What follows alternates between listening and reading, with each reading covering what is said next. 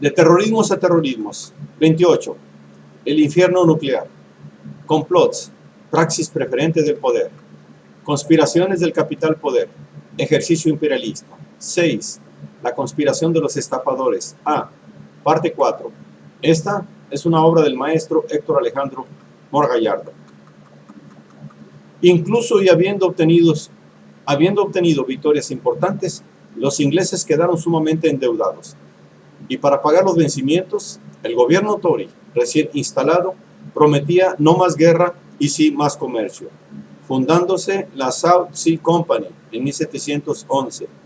La portentosa compañía, con sus acciones en un mercado de valores incipiente, pero no por ello sosegado, posibilitaba que la deuda pública se canjease por acciones, respaldando el tesoro a la compañía con el pago anual equivalente al interés de la deuda asumida.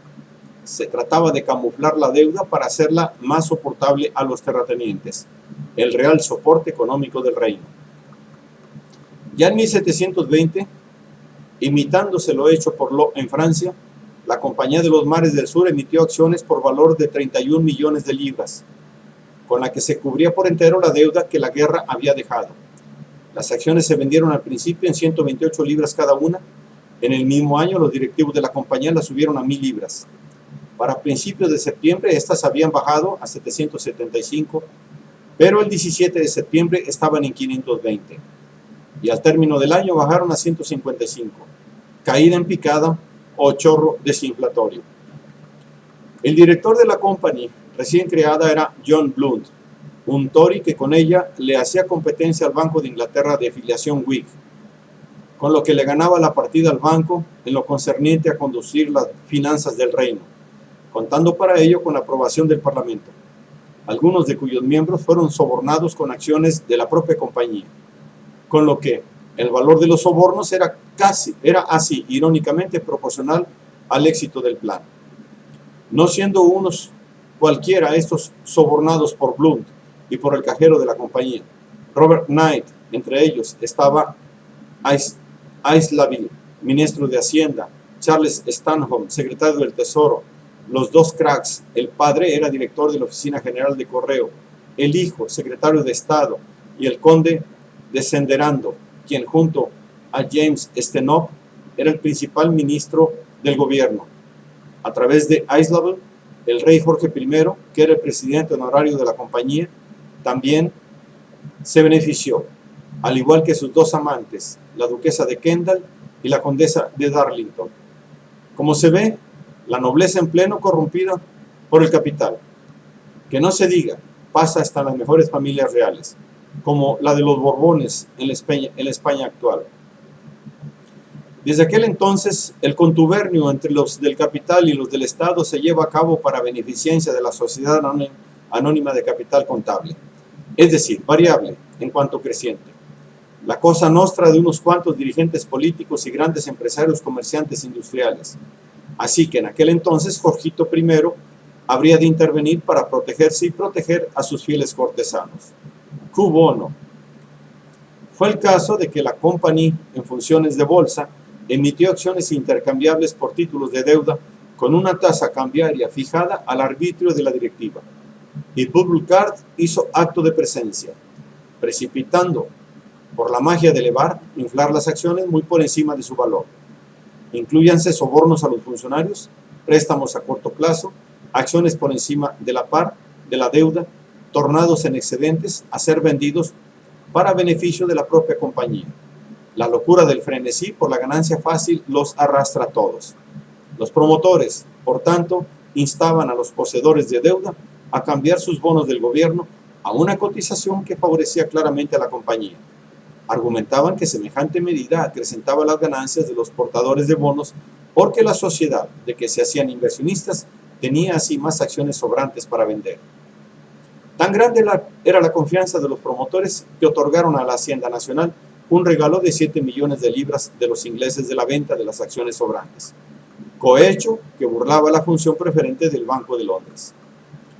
Ocurriendo que este primer gran boom financiero y como tal preindustrial mostraba ya la compulsión irracional característica de los subsiguientes episodios propios de la fiebre especulativa. Y pierdan los muchos, ganen los pocos. La aparición de las empresas S.A. tenían el mismo propósito de obtención de ganancias capitalistas fácilmente obtenibles.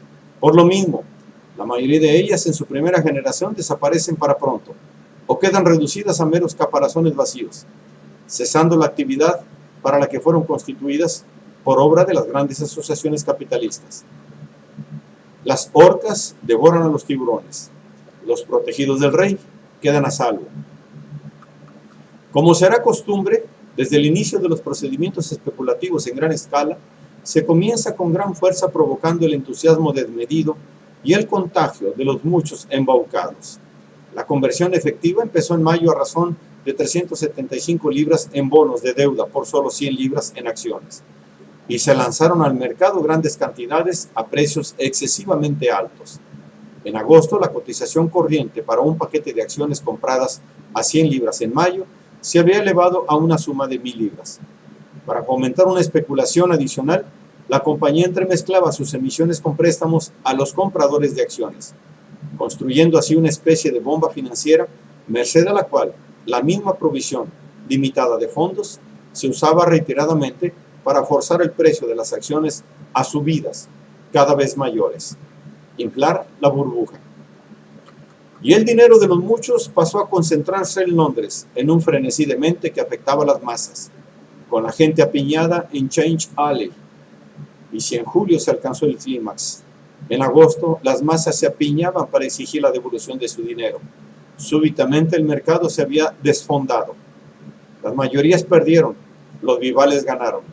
Ese es el verdadero propósito del juego: concentrar los ahorros de las mayorías para apropiárselos en la quiebra, empleando artilugios y sabiendo entrar y salir a tiempo de la rueda. Entrar a la baja, comprar acciones baratas, salir a la alta, vender cuando las acciones son caras, apoderarse de las ganancias de bienes inmuebles sólidos y perdurables.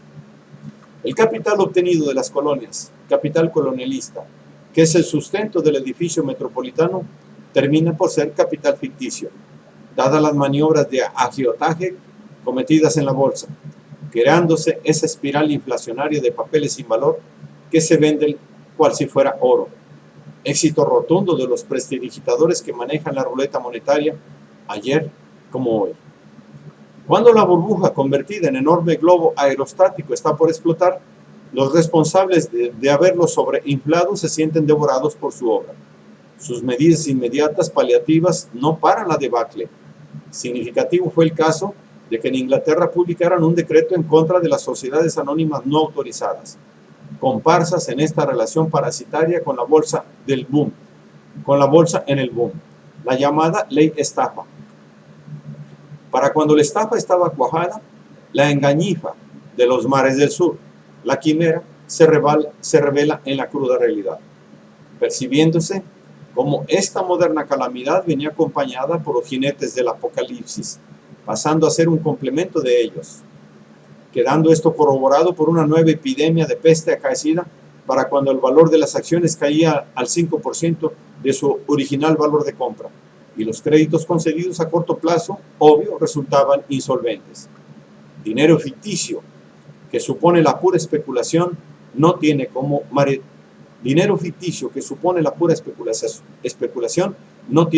materializarse.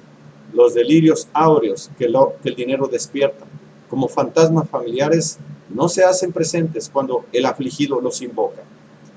Los encantados clientes del banco de la ilusión despiertan a la cruda realidad, habiéndose desvanecido sus sueños dorados, intangibles bienes y ganancias esfumadas, quedando sin dinero, desempleados y sin bienes inmuebles o con ellos embargados.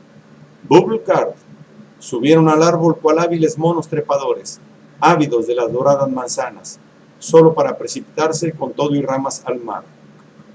La corrección y el recato durarían en Inglaterra el resto del siglo, cuando un gobierno reformado y reformista consolidó el poder en la Cámara de los Comunes y Sir Robert Walpole creó el cargo de primer ministro, a la par del que el Banco de Inglaterra pasó a controlar las finanzas de la Compañía de los Mares del Sur y a la Limón, junto con el Tesoro.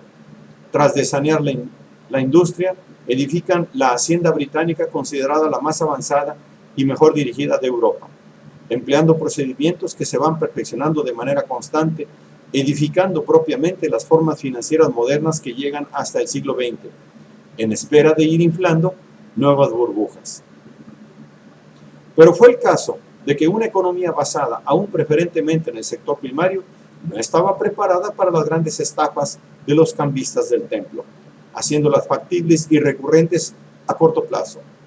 Pero estos habían iniciado su juego en pos de obtener la riqueza que se adquiere concentrada en las arcas públicas, succionándolas con la deuda capitalista que el Estado concentra con prestamistas, el negocio más lucrativo. La plaga neoapocalíptica. La especulación en la bolsa pasa a ser el nombre del juego capitalista. Ya las descripciones de sus primeras épocas hacen ver cómo los agentes de la especulación, corredores, hacen de las suyas, obteniendo ganancias monetarias en altos porcentajes, mientras que los meramente comerciantes batallan y se empobrecen. Y si miramos a los productores simples, la condición está peor. La clave del éxito especulativo desde el comienzo radica en carencia de regulación, falta de control gubernamental sobre la bolsa. Los corredores, poco atados por los reglamentos, suelen moverse en la bolsa como tiburones en el agitado mar. El juego con las acciones, apostar al alza o a la baja en el próximo futuro. La economía casino comienza. Jugar con maña permite obtener ganancias sin tener productos que ofrecer o intercambiar, sin tener dinero o acciones en la mano. Es allí donde los corredores se lo pasan en grande, se dividen en camarillas, se llaman roteries. Si uno juega al alza, el otro, el de los contramineros, jugará a la baja. Esto inclinará a la masa muelle e indecisa de especuladores en un sentido o en otro. Cambiar de campo para un corredor, lo cual sucede, es un acto de prevaricación. Pero estos empleados en realidad no son públicos, no sirven al Estado sino al capitalista acaudalado, quien en última o primera instancia es el que se beneficia del juego especulativo. Aun y cuando en aquel principio en Holanda las acciones nominales de la Compañía de Indias conservaron los títulos pretendiendo aminorar la especulación. Pero la especulación no implica la posesión. El jugador vende, de hecho, lo que no posee. Compra lo que no poseerá. Es, como se dice, comprar o vender en blanco. Se cuenta que los días sábados la afluencia a la bolsa de Ámsterdam disminuía considerablemente al no acudir los judíos ese día. ¿Es de extrañar? El manejo de la información de los grandes acontecimientos resulta un factor preponderante para el juego del sub y baja. Cuando la especulación a corto plazo participa, enormes ganancias. Comenzando en el mismo siglo XVII, con el caso de la información concerniente a la conquista de Batam en la isla de Java, en 1687, cuyo empleo amañado de la noticia sirve para bajar las acciones en Ámsterdam y algunos se aprovechan de ello, al provocar tal noticia un efecto contrario, cual si su referente fuera falso, para que así la información oportuna viene a ser otro factor relevante en la especulación realizada con conocimiento de causa. Así, por ejemplo, la guerra de sucesión de España ha sido fértil en incidentes dramáticos de los que todo parecía depender en ese momento. Un rico mercader judío, Medina, había ideado hacer acompañar a Marlborough en todas sus campañas, pagando a este avaro e ilustre capitán una renta anual de 6.000 libras esterlinas, lo cual se reembolsaba con creces al conocer el primero directamente la suerte de estas famosas batallas. Ramillies, Oudenarde, Blenheim. Se decía que el resultado de la batalla de Waterloo había ido en beneficio de los Rothschild. Anécdota por anécdota. Retrasó Bonaparte deliberadamente la noticia de Marengo el 14 de junio de 1800 para permitir un sensacional golpe de bolsa en París. Nos adelantamos con estas noticias hasta el siglo XIX, incluyéndose a la bolsa londinense, cuando que ya desde el siglo XVII se hacía ver en Ámsterdam que el barón Haugasso, un judío muy rico de La Haya, presumía ante un embajador de poder ganar 100.000 escudos al día, si conocía la muerte del rey de España, el pobre Carlos II, cuya muerte se esperaba de un momento a otro, 4 o 5 horas antes de que fuera pública en Ámsterdam. Estoy persuadido de ello, añadía el embajador, porque él y otros 2 judíos, Teixeira y Pinto, son los más poderosos en el comercio de acciones. de la dinastía de judíos de Babilonia, que hasta la fecha despachan en Wall Street, Londres, París, Frankfurt. ¿No será Goldman Sachs uno de sus baluartes? Así ocurre que el juego, para todo especulador de Ámsterdam, consiste en adivinar la cotización futura en la plaza holandesa, conociendo la cotización y los acontecimientos de Londres. Que un empresario adinerado instalado en Ámsterdam a partir de 1778 se esfuerce por obtener informaciones provenientes de Londres, indica que los vientos han cambiado. Está en contacto con la capital inglesa, donde especula por su propia cuenta, con su cuñado Sartoris, modesto y simple ejecutante, y con la casa judía de J. y Abraham García, a la que utiliza, aunque desconfía de ella. Que la de Londres sigue a la de Ámsterdam y da pasos adelante en la complejidad del laberinto, transacciones a plazos, procuración por hacer especulación, el dinero bancario.